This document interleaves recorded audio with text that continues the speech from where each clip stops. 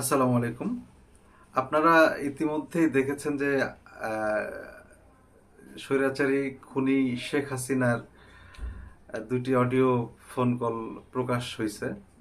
তো এই ফোন কলগুলো আমার যেটা মনে হয় আপনার আহ, আওয়ামী লীগের যে কর্মীগুলোর সাথে কথা হয়েছে তারা এই শেখ হাসিনার পারমিশন নিয়েই এটা ছেড়েছে।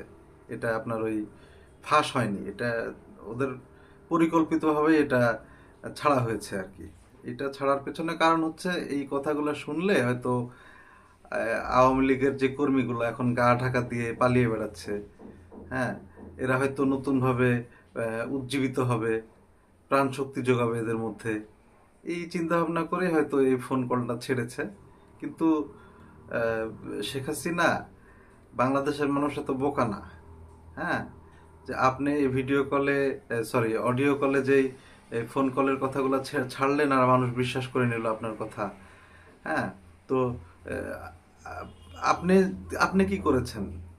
আপনি নিজে বাঁচার জন্যে কাউকে না জানিয়ে নিজে বাঁচার কোনোভাবে জান নিয়ে পালাইছেন নিজে বাঁচার জন্যে। কুকুরের মতো লেজ গুটায় পালাইছেন, কাউকে আপনার নেতা কর্মী কারো কথা ভাবেনও নাই আপনি।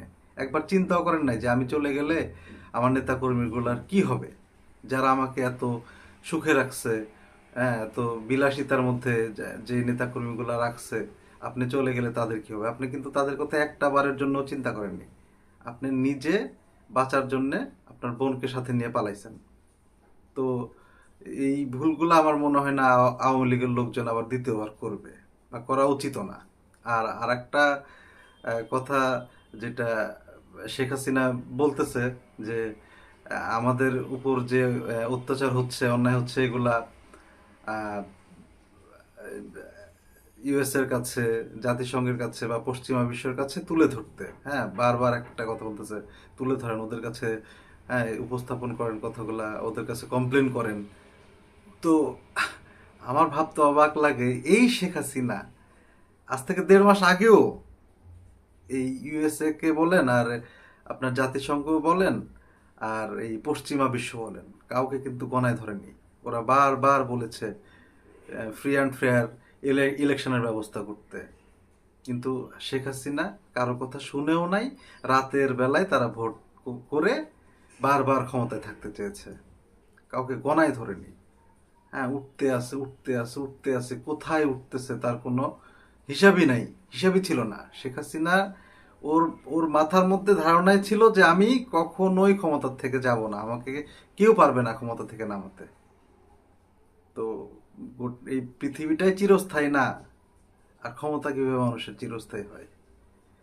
আর আর আর আর একটা জিনিস খেয়াল করেছেন কিনা জানি না, উনি কিন্তু কথা বলতেছেন দেখেন কাদের সাথে, ওই সোনাইমুড়ির আপনার হচ্ছে নোয়াখালী সোনাইমুড়ির সাবেক ছাত্রলীগের সাধারণ সম্পাদক। উনি কথা বলতেছেন আহ, আপনার বরগুনার এক পাতি নেতা। হ্যাঁ, আর এরা তো আপা আপা, মানে আপা আপা করতে করতে ব্যস্ত, মানে আপা বলতে বলতে মুখ দিয়ে ফেনা তুলে ফেলতেছে, মানে কথা বলে একটা, আপা বলে 10টা। এই 8-10 মিনিটের ভিডিও কলে আপা বলছে মনে হয় 280 থেকে 300 বার। তো যাই হোক, চাটুকার তো এর আগে থেকে ছিল, আর নতুন করে বলার কি আছে? তো এই এই তো হচ্ছে ওর ফোন আলাপের অবস্থা। তো আওয়ামী লীগের ভাইদেরকে বলি, ভাই আপনারা ভুলেও ওনার কথা শুনে আপনারা রাস্তায় নামেন না, হ্যাঁ, গা ঢাকা দিয়ে আছেন, গা ঢাকা দিয়েই থাকেন। আর যদি পারেন চলে যান পালায়, আপনি দেশের বাইরে চলে যেতে পারেন। আপনাদেরকে প্রয়োজন নাই, আপনাদের মতো আবর্জনার প্রয়োজন নাই বাংলাদেশে। আর কিছু কিছু আপনার সুশীল সমাজ, হ্যাঁ, মানে তথাকথিত সুশীল সমাজ, এরা বারবার বলতেছে যে বিএনপিও যা, আওয়ামী লীগও তা। আরে ভাই, আপনারা আমাকে বোঝান যে বিএনপি আর আওয়ামী লীগ কিভাবে এক হয়? দুইটা দলের মতাদর্শ সম্পূর্ণ আলাদা, সম্পূর্ণরূপে আলাদা। আপনি আমাকে বলেন যে বিএনপির আমলে কি আয়নাঘর হয়েছিল? বিএনপির আমলে কি 2 সপ্তাহের মধ্যে 1,000-এর বেশি মানুষকে হত্যা করা হয়েছিল বিএনপির আমলে। বিএনপির আমলে কি হেলিকপ্টার দিয়ে গুলি করা হয়েছিল? বুকে গুলি করা হয়েছিল বিএনপির আমলে? স্নাইপার দিয়ে মাথায় গুলি করা হয়েছিল বিএনপির আমলে? বিএনপির আমলে কি ভারত বাংলাদেশের রাজনীতিতে হস্তক্ষেপ করতে পেরেছিল? 3টা টার্মের ভোট বন্ধ করেছিল বিএনপির আমলে।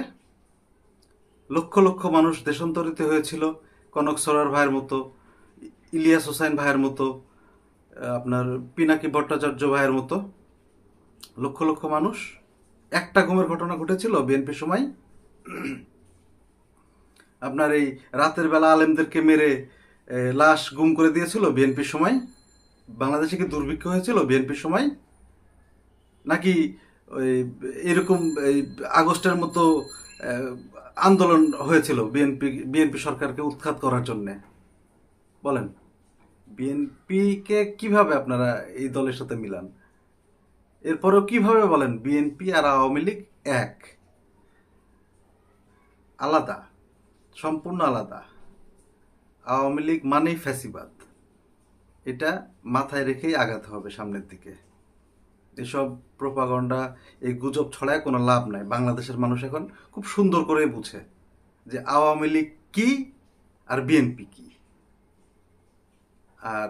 আর একটা কথা হচ্ছে, আমি আর একটা জিনিস লক্ষ্য করতেছি, এই যে আওয়ামী লীগের লোকজন, হ্যাঁ, বিশেষ করে যারা কর্মী পর্যায়ে আছে, কিছু নেতাও আছে, তারা এখন মানে ওদের ইয়ে চেঞ্জ করে বিএনপিতে যোগ দিচ্ছে। এইটা কিন্তু ভুলেও করা যাবে না। ভুলেও একটা আওয়ামী লীগকে বিএনপিতে বলেন আর এই জামায়াতে ইসলামী বলেন বা গণ অধিকার পরিষদ বলেন আর যে কোনো রাজনীতিতে বলেন, এদের কাউকেই কিন্তু একটা বারের জন্য সুযোগ দেওয়া যাবে না। যেই দলে এরা ঢুকবে সেই দল কিন্তু শেষ, একদম শেষ। ওরাই যথেষ্ট ওই দলটাকে ধ্বংস করার জন্য। এই আওয়ামী লীগের যারা এখন ছদ্মবেশী বিএনপির মধ্যে ঢুকতেছে, ভাই, এই যে চাঁদাবাজির ঘটনাগুলো ঘটতেছে, ম্যাক্সিমাম জায়গা থেকে কিন্তু খবর আসতেছে এই ম্যাক্সিমাম এই চাঁদাবাজিগুলো কিন্তু করতেছে আওয়ামী লীগের লোকজন, কিন্তু নাম ভাঙাচ্ছে বিএনপির, নাম ভাঙাচ্ছে তারেক রহমানের। এই জিনিসগুলো মাথায় রাখতে হবে। আর কিছু তো চাটুকার মিডিয়া আছেই, তারা ওই এখন ভেষ পাল্টায়, এখন আপনার হচ্ছে বিএনপি পন্থী হয়েছে, কিন্তু তারা সুযোগ পেলেই কিন্তু আপনার হচ্ছে ওই বিএনপির বিরুদ্ধে দুর্নাম করার জন্য কিন্তু উঠে পড়ে লেগে আছে। তো এই জিনিসগুলা মাথায় রাখতে হবে।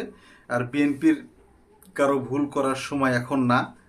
ভাই, আপনি নিজের দেশটার কথা ভাবেন, যে দেশটার এখন কি অবস্থা, লক্ষ লক্ষ কোটি কোটি টাকা লুটপাট করে নিয়ে চলে গেছে এই উন্নয়নের নাম বলে। হ্যাঁ, এই উন্নয়নের, এই যে উন্নয়নগুলো করেছে, লাগবে যেখানে 10 টাকা সেখানে আপনার খরচ দেখাইছে হচ্ছে আপনার 100 টাকা। 10 টাকা কোথায় আর 100 টাকা কোথায়? এই যে এই আন্দোলনের সময় যখন মেট্রো রেল 2টা মেট্রো রেল স্টেশন ভেঙে দেওয়া হলো, মেট্রো রেলে আগুন দেওয়া হলো, ওই সময় আওয়ামী লীগ কি বললো যে এটা ঠিক করতে আমাদের 1 বছর সময় লাগবে আর মিনিমাম 300 কোটি টাকা লাগবে। হ্যাঁ, সেখানে 20 দিনের মাথায় কিভাবে আমাদের তত্ত্বাবধায়কের প্রধান উপদেষ্টা ডক্টর মোহাম্মদ ইউনূস স্যার, উনি কিভাবে 20 দিনের মাথায় উনি উনি এটা চালু করতে পারলেন, যেখানে 1 বছর লাগার কথা? 300 কোটি টাকা লাগছে এখানে, আমার তো মনে হয় 30 কোটিও লাগে নাই। তো এই এই যে লুটপাট, হ্যাঁ, এটাও করতো 1 বছরের মধ্যে 300 কোটি টাকার জায়গায় আরো 300 কোটি নিয়ে আসতো, লাগলে আরো 300 কোটি নিয়ে আসতো। এইভাবে লুটপাট করে করে উন্নয়ন মানে চোখে আইওয়াশ করছে, চোখে দেখাইছে উন্নয়ন আর করছে তারা লুটপাট। তো এই লুটপাটগুলা কিন্তু আওয়ামী লীগের লোকজন মানে এতদিন করে আসছে, হুট করে মানে রাজা থেকে ফকির হয়ে গেলে যা হয়, এখন ওরা মেনে নিতে পারতেছে না। তাই এখন ওরা হচ্ছে ওদের মুখোশ পাল্টায় এখন এরা বিএনপিতে যোগদান করার চেষ্টা করতেছে। কিন্তু কিন্তু ভুলেও একটা মানুষকে, একটা মানে আওয়ামী লীগ যারা করে তারা ভাই মানুষ না। আমার আমার মনে হয় না তারা মানুষ। তাদের মধ্যে ন্যূনতম বিবেক নাই, ন্যূনতম তাদের মধ্যে মানুষত্ব নাই। তাদেরকে আমি মানুষই মনে করি না। একটা আওয়ামী লীগকে যেন বিএনপি বা কোনো দলের মধ্যে জায়গা না দেওয়া হয়। এই আন্দোলন এখনো শেষ হয়নি। এই আন্দোলন চলবেই। ইনকিলাব জিন্দাবাদ।